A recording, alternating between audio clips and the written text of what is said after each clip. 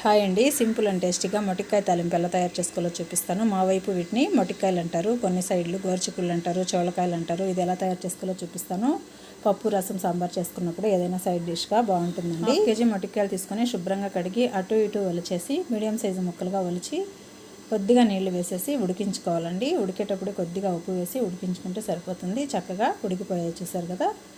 ఇప్పుడు వీటిని నీళ్ళేమీ లేకుండానే ఎగిరిపోయాయండి. ఇలా ఉడికించుకుంటే మనకి రుచి అనేది చాలా బాగుంటుంది. ఇది పక్కన పెట్టేసి తాలింపు వేసుకుందాము. తాలింపు కోసము పెద్ద సైజు ఉల్లిపాయ కట్ చేసి పెట్టుకోవాలండి. స్టవ్ వెలిగించి కడాయి పెట్టుకొని 1 టేబుల్ స్పూన్ ఆయిల్ వేసుకొని, ఆయిల్ వేడికిన తర్వాత ఆవాలు జీలకర్ర వేసుకొని చిట్టుపట్లాడిన తర్వాత ఉల్లిపాయ ముక్కలు, కరివేపాకు, ఎండుమిరపకాయలు వేసుకొని వేయించుకోవాలి. ఉల్లిపాయలు కొద్దిగా ఎక్కువగా వేసుకుంటే రుచి అనేది బాగుంటుందండి. తాలింపు వేగిన తర్వాత 1/4 టేబుల్ స్పూన్ పసుపు వేసేసుకొని మొత్తం ఒకసారి కలిపేసుకోవాలి.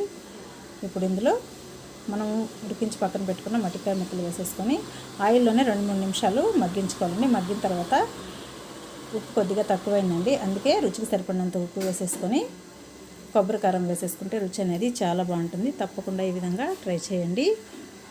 వీడియో నచ్చినట్లయితే ప్లీజ్ లైక్ చేయండి, షేర్ చేయండి, కామెంట్ చేయండి, సబ్స్క్రైబ్ చేయండి.